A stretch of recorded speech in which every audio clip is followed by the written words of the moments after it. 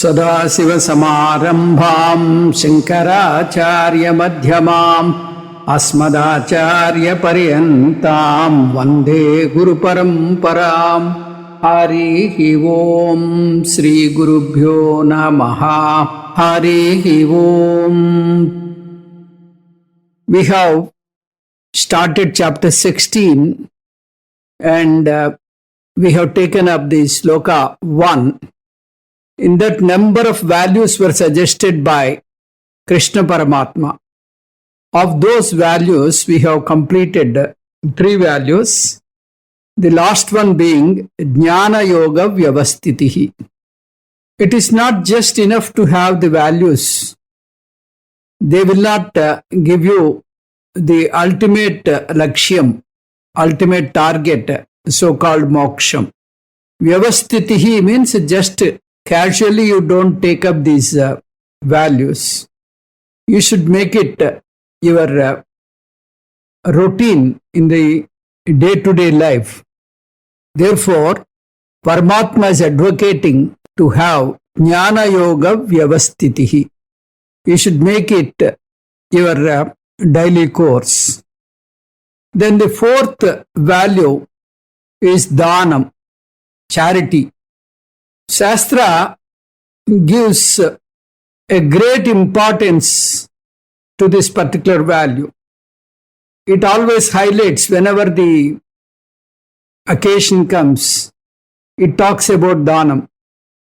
Tametam vedanu vachanena brahmana vividishanti yajnena danena tapasa anasakena etameva viditva munirbhavati. So the Upanishads are giving value. Upanishads are glorifying the values. What are the values? Yajnam, Dhanam and Tapas. So Paramatma, Krishna Paramatma borrowed these 3 values from Brihadaranyaka and he is going to express them, he is going to elaborate them in chapter 17 and 18. But here we only see the first value, which is called Dhanam. Dhanam is not only a great value, very difficult to observe also, very difficult to part with our items, part with our, valuable things. That's why charity is given the topmost priority. Why charity is glorified in the Shastra? There are certain reasons. First reason is lobham. Lobham means stinginess. This is one of the weaknesses a man can have, a human being can have. This weakness comes to a human being because of insecurity feeling. Insecurity feeling, it will really nag everyone. What will happen to me tomorrow? If I am stuck with any ill health, will anybody throw me into the old age home? So like that, this insecurity is like a tambura shruti. It nags the mind. Why this insecurity happened, we do not know. We think that we have lot of property, then we will be free from insecurity. People think that if you have lots of money, you will be free from insecurity. That's not true. How can you say if you have property, if you have prosperity, and you will not have security? Because you do not know what will happen to your property and your booty. So we understand from this, in the external things, happiness is not there. There is no relationship between property and the happiness. Though it is a fact, though it is a truth, the delusion is so much. People run after money, run after mopping of lot of things, and they want to, get a kind of illusionary security by mopping up a lot of things. So this kind of illusion is called lobham, greediness. You don't have contentment anywhere. You want to have more and more and more. So this is the second type of lobham. The first type is because of the illusion that property will give you security, you become greedy and stingy. The second type of lobham is you don't have contentment. So you don't like to do any kind of charity. So lobham means greediness and stinginess.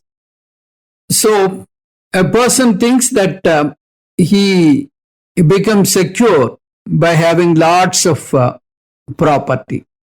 This will lead to adharmic lifestyle, illegitimate lifestyle.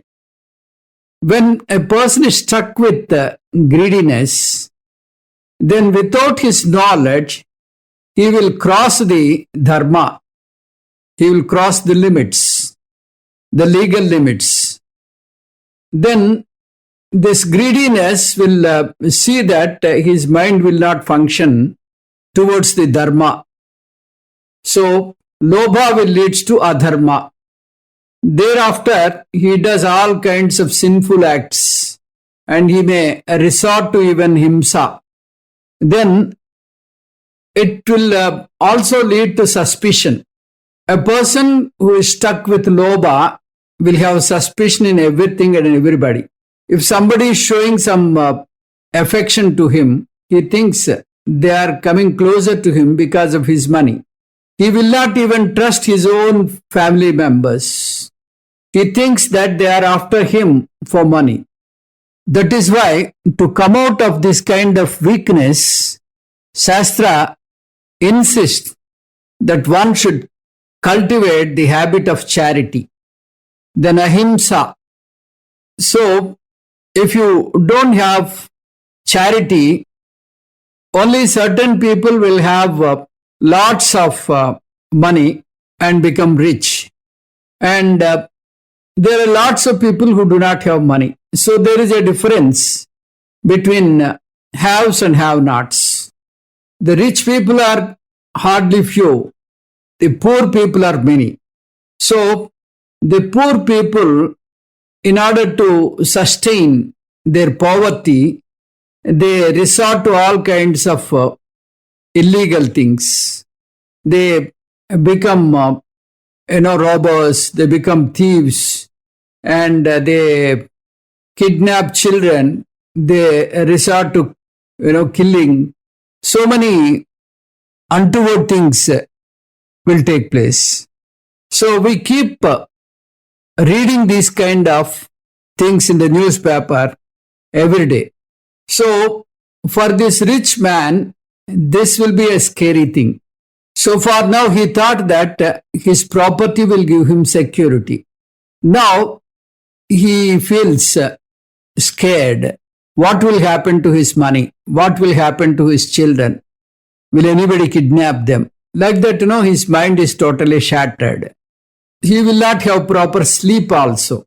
So not only that, the economical balance is disturbed because only few will have money and many will not have money. Haves will be only few, have-nots will be many. So this charity will keep the society security intact. Then dispassion. If you have charity, then that will tell you that you have dispassion. Some people, when it is a must, when it is a can't-but situation, they do charity. They don't do it with heart's contentment.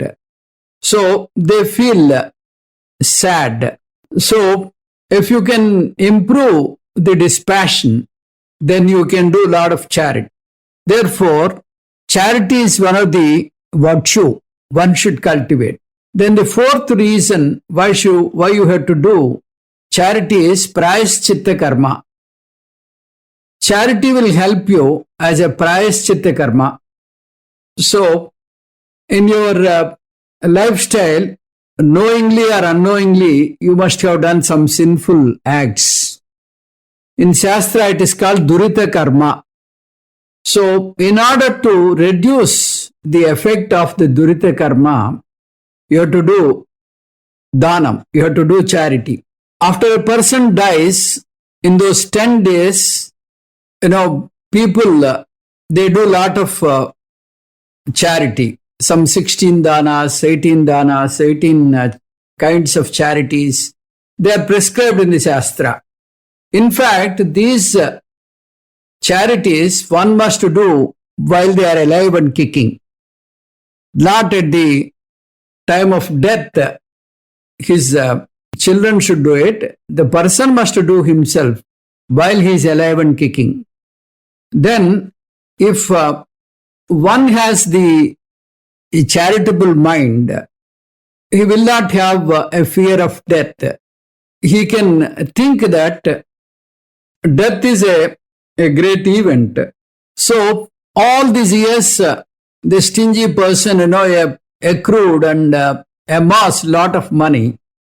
And at the time of death, not even a pie he can take it along with him. So that will really makes him so bad that he doesn't want to leave the prana. So if you have this charity, you can understand that you cannot take a pie with you. And whatever Bhagavan has given, you should give it to Bhagavan in the name of charity. So, considering the above reasons, one must develop the charitable mind, the noble mind to do charity. Our Guruji says, if you have a thing which is not used by you for 6 months, you find that person who can use it and donate it. That should be the degree of your charity. Lots of things will be piled up in the home and you don't like to part with it. It is not that necessarily you have to give money only. You can talk nicely with people and help them with your words. So all this comes under charity. So a person thinks that, he wants to give it for charity and he keeps it aside. Immediately he will not do it. Then when the time is ripe to give the thing for charity, he thinks, why now? We will do it afterwards. So he keeps it aside. Sateshu jayate suraha, sahasreshu cha panditaha, vakta satasahasreshu, data bhavati nava. Among hundreds of people, there is one person who is courageous, who is a valor. Among thousands of people, there is one pandita, one scholarly person. Satasahasreshu, among lakhs of people, there will be one orator, one guru. Lakho mein ek, that's what they say in Hindi. So, this is the situation, this is the rarity. When you come to data, data bhavativa nava, data cannot be seen anywhere in this list. So, even if you take lakhs of people, a person who is charitable is hardly seen. So, a poet gives this in a very sarcastic manner. The next value is damaha, damogunam. Damogunam is control of sensory organs. Indriya nigraham. Indriya nigraham doesn't mean suppression of indriyas. So if you suppress your indriyas, that becomes a forceful thing. Anything you force, it will lead to unnecessary complications. So scriptures will not suggest that kind of exercise. So if you think with viveka, with kind of dispassion and a kind of analysis, then whatever the sensory organs desire, they are not good for me. They are not good for my spiritual growth. So this kind of vichakshana, this kind of analysis will help me to understand that I should not go after indriya vastus. So this will be a better thing than forcefully controlling the sensory organs. So what is the difference between indriya nigraha and forcefully controlling the indriyas? Damaha and suppression. So if somebody is forcing it onto you, it is suppression. If I think wholeheartedly whatever I am doing is wrong, and then I will have a control on my indriyas, that is called indriya nigraham, indriya jayam, victory over sensory organs. So if you suppress the mind, if you suppress the indriyas, your mind will be affected. Whereas if you follow nigraham, that means if you make your mind understand the consequences, that will be a healthy approach. So damaha means having a kind of regulation on the indriyas. This is what Paramatma suggested in damaha. Then next one is, sixth one is yajnaha. Yajnaha means rituals. It can be a daily puja, a puja to your Ishtadaivam. Yuj dhatu is the root for this. Therefore, it can be any kind of ritual. Some Daiva puja. There are two types of pujas. So, one is literally you sit before the altar and do your puja. That is whatever the stotras you have regular course, you do it and offer pushpa and all that, offer flowers. The second one is converting your daily routine into a puja. One is literal puja, which you do it in the house, in front of the God, in front of your altar, or in a temple, or in a homa, like that. Direct and actual puja. The second one is called Iswararpana Bhavana. That means you are converting everything into a worship. Work is worship. That's what we say often. So, whatever you are doing, whatever means whatever, you have to convert that into a puja. This is called karma yogam. So, that means there will be a sea change in the attitude. What is that sea change in the attitude? Iswararpana bhavana. Whatever you do it with arpana buddhi. So, whatever you do, you have to do it with a kind of dedication unto God.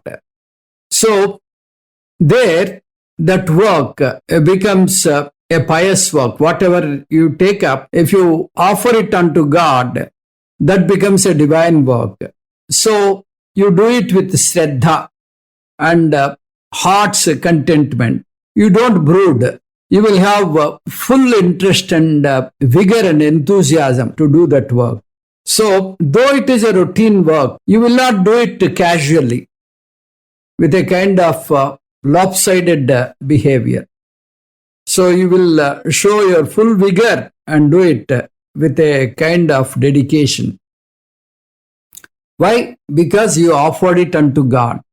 This is called Iswara Arpana Bhavana. This is the role of Karta, Kartrutva Bhavana. So, whatever you do, you will get back in terms of the result, in terms of the phalam. So sometimes the phalam will be in your favor, sometimes it is not in your favor. Because that phalam is given by Ishvara. Ishvara doesn't have any kind of vengeance, doesn't have any axe to grind against you. So why Ishvara is doing this? Means Ishvara also has no choice. He has to see what is that you deserve according to your previous karmas. And then he can give you the karma phala. So karma phala will be sometimes in your favor, sometimes not in your favor. So as a bhakta, you should have that courage, you should have that maturity of mind to accept whatever comes to you as Ishvara Prasada Bhavana. So both together, you call it Karma Yogam. Karma Yogam is Ishvara Arpana Bhavana plus Ishvara Prasada Buddhi. Doing the work with a kind of dedication unto God and receiving the karma phala as Ishvara Prasada Buddhi. Edyat karma karomi tattadakilam shambho tavaradhanam. So whatever I do, whatever the karma I do, hey Shambho, that is all your aradhana, that is all your prayer, that is all my puja. Ed karoshi, edasnasi, ed juhoshi, dadasi yat. So this kind of puja is the second type of puja. Both are important. So you have to do your daily puja, daily ritual, and also convert your day-to-day routine as puja. So if you do your daily puja in the house, the entire atmosphere will totally change. It will not allow any kind of bad elements to influence you. Some people, they have this Kandrushti Vinayaka photograph right in front of the house so that, you will not have any kind of drishti dosham. Whether drishti is there or not, this daily ritual will create a kind of divine ambience in the house.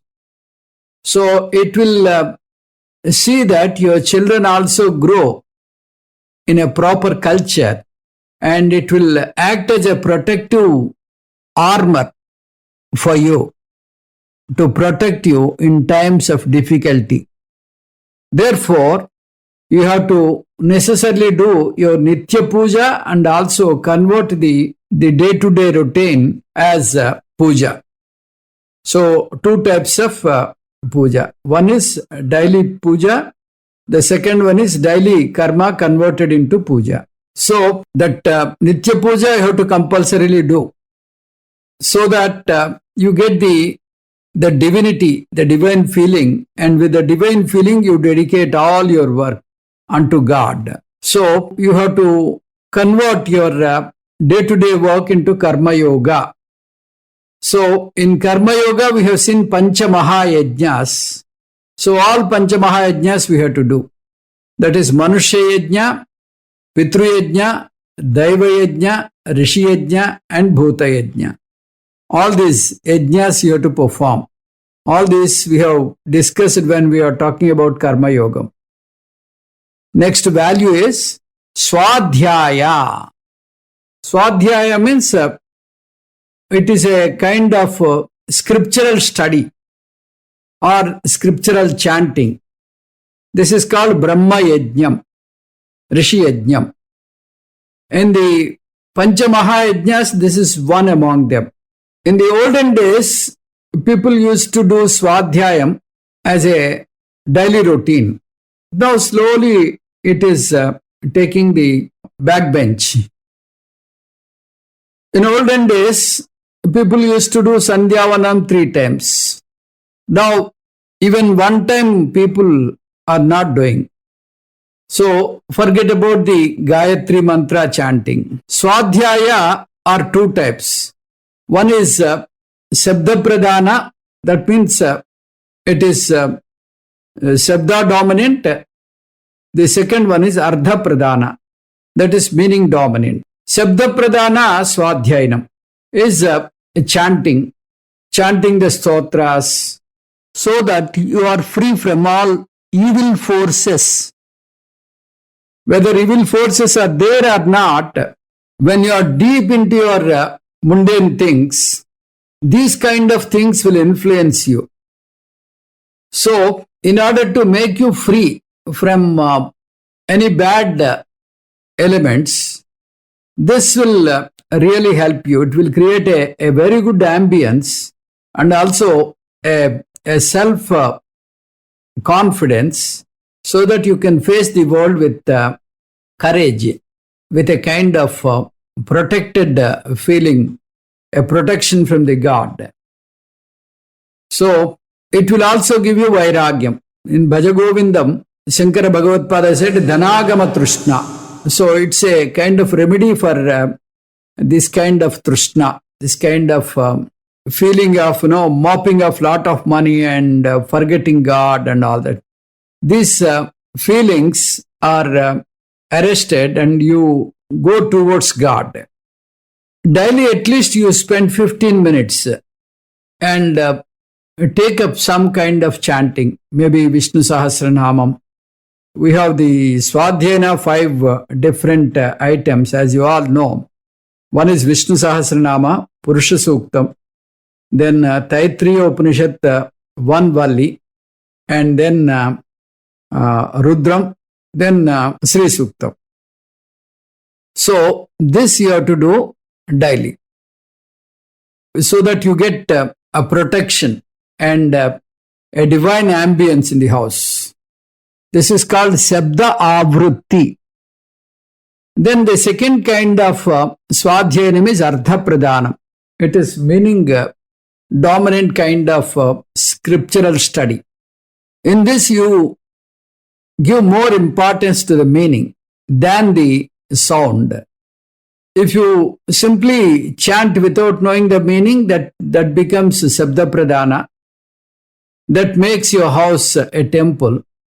If you understand and do this, so it will give you Chitta Suddhi and Chitta Ekagrata. It will purify your mind and it will give you one-pointed concentration and make you ready for Jnana.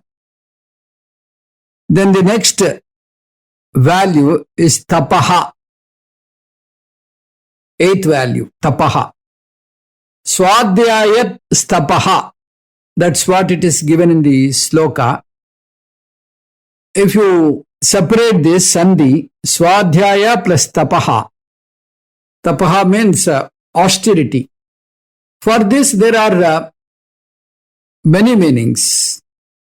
In 17th chapter, Paramatma is going to describe this elaborately. He talks about 3 kinds of tapas: Sattvika tapas, Rajasika tapas and Tamasika tapas. So here we will try to understand one meaning of tapas. Kashta sahishnutvam tapaha. So tolerating a difficult situation willingly. This word willingly is very important. So you may undergo some kind of trouble and that happens to you without your expectation. So it is not like that. You willfully, wantonly take up some task and undergo some trouble, undergo some difficulty. This should not go beyond the limits. It also should be having some kind of limitation. The purpose of this tapas is to make your body very strong. This is called Sarira Pridanam according to Shankara Bhagavatpada. In various kinds of vratas, we have a diksha and we take up these kind of austerities. In Ayyappa Diksha, people take up various kinds of practices for 40 days. They have to wear that black dress and they have to walk without chapal and they have to get up early in the morning and they have to go to nearby temple and offer puja And in the evening, they have to do bhajan. They have to sleep on the floor. Like this, there are so many tough things which they endure during this tenure. So they don't chit-chat unnecessary things. They don't go to regular functions during that 40 days period. So like that, they have this kind of austerity. Some people, even though they don't take up this Diksha, they go to Chardham. Badari, Kedarnath, Gangotri, Yamunotri. All the four together is called Chardham. This Chardham journey is very tough, very difficult to take up. You have to go on a narrow road, and sometimes you have to go on a pony ride. So very difficult yatra, very difficult pilgrimage. But people take up this because they want to have their kind of control over the body. And this Upavasa Diksha, that means fasting. There is a difference between not having food or starving and fasting. Starving is if you don't have food, if you don't get food, then it is starving. You feel like eating, but you don't have food. That is called starving. The other one is you have food with you, but you have a control over the mind. You said that this is Ekadasi, I don't want to eat. So this is called the tapas, kashta sahishnutvam tapaha. Shankara Bhagavad called it Sarira Pidanam. This is a required thing in our religious practice so that we can withstand the severity of the life. If you have this kind of dikshas. So, in order to get jnana, you should have the jnana yogyata. That's what we often say. So, these kind of things, these kinds of austerities will help you to acquire sadhana chatushtaya sampatti. So, tapas or titiksha is one of the values to acquire sadhana chatushtaya sampatti. There are certain advantages in this. We'll see what are all the advantages by following these kind of austerities. One is you can have a kind of strong mind to face prabala prarabdha. This prarabdha is very, very strong sometimes. In spite of your best efforts, you cannot avoid. You do a lot of puja, a lot of charity and all that, but because it is prabalam, because the prarabdha is so strong, you cannot avoid. So, this tapas will make your mind strong. So, you understand whatever you can modify, whatever you can refine, you have to refine. Whatever you cannot modify or refine, you have to accept with a grace, accept and accommodate. And you should have the wisdom to know whether a thing can be refined or a thing should be accepted as it is. So, this kind of mental maturity you will acquire, and you can face any kind of odd situation which cannot be avoided, and you can accommodate that. Sometimes people are stuck with the terminal disease. So they don't brood. If you don't have this kind of practice earlier, you will brood yourself and you make your entire family a kind of hell. So that kind of thing is not there. Then Durbala Prarabdha Karma also give you the pain, but there is a remedy for that. By doing that remedy, you can mitigate this Durbala Prarabdha Karma. Durbala Prarabdha Karma means Prarabdha is not that strong. Prabala Prarabdha is very strong, you cannot change it. In spite of your effort, to mitigate that, you cannot.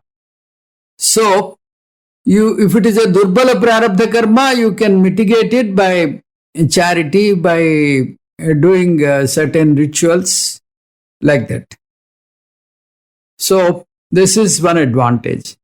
The second advantage is you can avoid some involuntary reactions.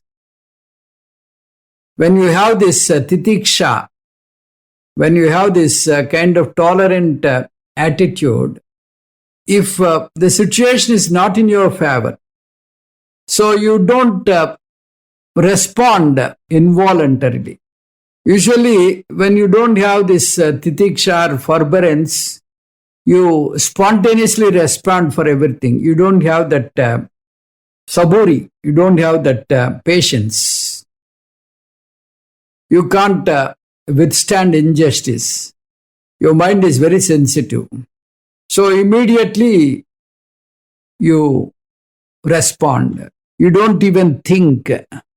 So, whereas if you have this tapas, you can have that balanced mind. You immediately don't have the spontaneous response. So, you can think for a while and then respond. If somebody is doing wrong, you won't shout at them. You can explain them and see that such a thing is not repeated. Then the third one is to learn from the difficulties you face. So person understands if he is in troubles and tribulations, it is Ishvara Prasadam. This situation has come because of my past janma. I must have done something. So I am facing it today. So he understands from the difficulties and he learns and he refines the present life. He understands that he must not have done any kind of charity. He must not have done any kind of ritual. So he takes up Panchamahayajnas, he takes up charity and so on. He takes up tapas and all that. So from difficulties, people learn many things and refine themselves. In Arjuna Vishada Yogam, Arjuna had a difficulty. So initially, that raga took place when he had an attachment towards his guru and grandfather. So that was the starting stage. Attachment. Attachment converted into soka, grief. Then grief converted into moha, delusion. At that stage, he thought that he should take the external help. So he surrendered to Krishna Paramatma. So even for the grief, there is an importance. Because of that grief of Arjuna, we are now benefited with Bhagavad Gita. So even if there is a difficult situation, we can always learn how to come out of it. Then ninth one is Arjavam. Arjavam means having Trikarana Suddhi. That means mind, word and action. All must be in one line. They must be aligned together. So whatever you think should come out as your walk. And whatever you say, you must do. So this is called Arjavam. So Trikarana Suddhi. So in Tattvabodha we have learnt about Panchakosha. Annamaya Kosha, Stula Sariram, Pranamaya Kosha, Pranasikti, Manomaya Kosha, Manoshakti, Vijnanamaya Kosha, intellect, Anandamaya Kosha, the happiness which we get in the mundane world. So all these five, if you have to give a different name, it is called Manovakaya Karmas. So if all the three are aligned, if all the three are in one single line, then it is called Arjavam. Some people, they think something and they do something and they talk something. There is no alignment. Manasyekam vachasyekam karmani ekam mahatmanam. Manasi anyat vachasi anyat karmani anyat duratmanam. So for Mahatmas, the mind, the word and the action, they are all aligned. They are all in one line. For a bad-tempered person, mind, word and action, they are all in three different directions.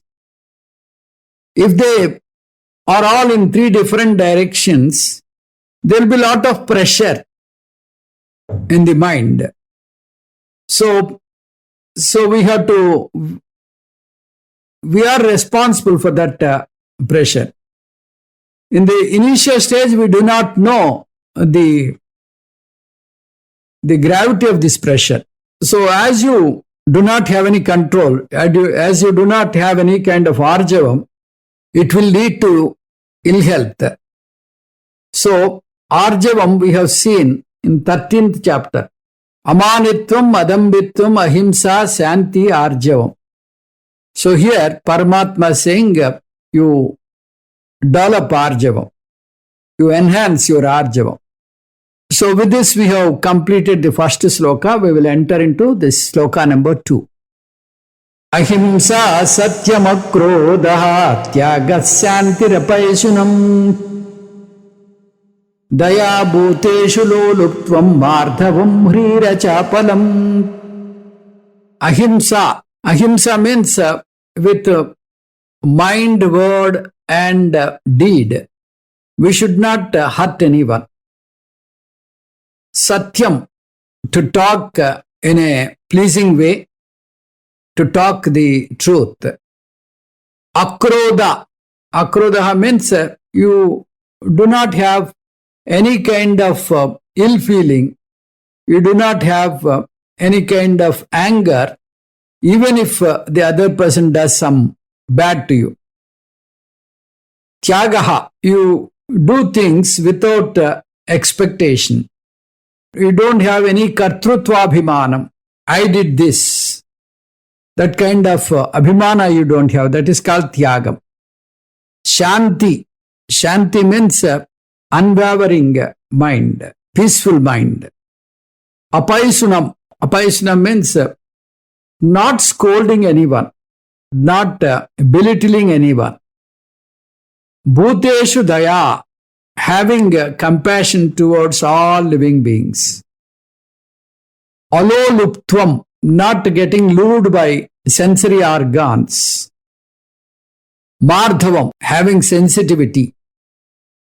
Krihi, not to take up any action which is against scriptures. Achapalam, not to do wasteful things. Ahimsa satyam akrodaha tyagaha shantihi apaisunam bhuteshu daya aloluptvam mardhavam prihi achapalam. So with mind, word and action, not to hurt anyone and to talk truth and pleasingly, not to have any anger even on a person who does bad to you. Tyaga bhava, to have some kind of renouncing nature, to have peaceful mind, to have control over tongue, not to blame, not to talk ill of anyone, to have compassion on all living beings, to have control on sensory organs, to have sensitivity, not to take up anything which is against scriptures, not to take up wasteful things.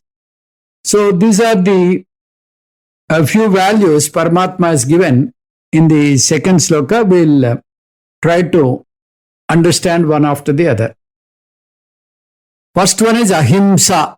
Ahimsa means non-violence, So you should not do any kind of violent activity, either in mind or by words or by actions, by deeds. So in the mental level, you should not have any kind of violent thoughts. So if you have that violent thoughts, it will slowly percolate into deeds without your knowledge. So at the very seed level, we have to avoid this. So ahimsa means in mind, in word, in deeds. In all three things, we should have non-violence. So whatever you do will come back to you. According to Newton's third law of motion, every action has opposite and equivalent reaction. So if you keep some money in the bank, you can take only that money, not beyond that.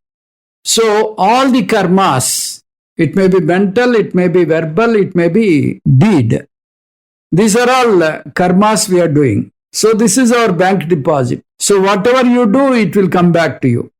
So you should have this in mind. You should not take up ahimsa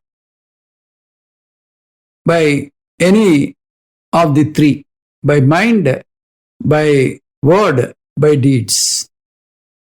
So after talking all this, Paramatma said, Tasmad Yudhyasya Bharata. Having talked all these values, Paramatma says, now, therefore, you take up this war.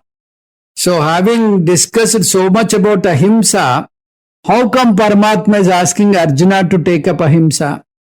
Why he is preparing Arjuna to take up war? War is a kind of bloodshed. So is that Krishna Paramatma contradicting himself? No. For ahimsa also, there are certain things where ahimsa is not applicable. Krishna Paramatma chose all four different methods: Sama, Dana, Bheda, Danda. So first three were not working with Kauravas. So the fourth one, which is called Dandana, is the only alternative for Pandavas to establish the dharma in that kshetram. So with that clear idea, they waged war. Now Arjuna, having stuck with the delusion, he thought that war is not a rightful action. War is adharma. So Paramatma is reminding him often, this is not ahimsa. For a king who is taking up this kind of activity in order to safeguard his kingdom, this is not ahimsa for him. He has to protect his people. So for that he has to wage war. So for that he has to take up war. So similarly, if you think of a doctor who does operation, if you think that it is violence, he cannot take up operation, he cannot cure a patient. So there are some exceptions for ahimsa. And you should notice that for a kshatriya, war is not ahimsa. For a doctor, doing operation is not ahimsa. If you have to understand rightly, satyam is not to talk of false things. Asatyam should not talk. You should not talk in such a way that you are hurting others. So this asatya varjanam is satyam. Sometimes we are in a kind of fix what to talk and what not to talk.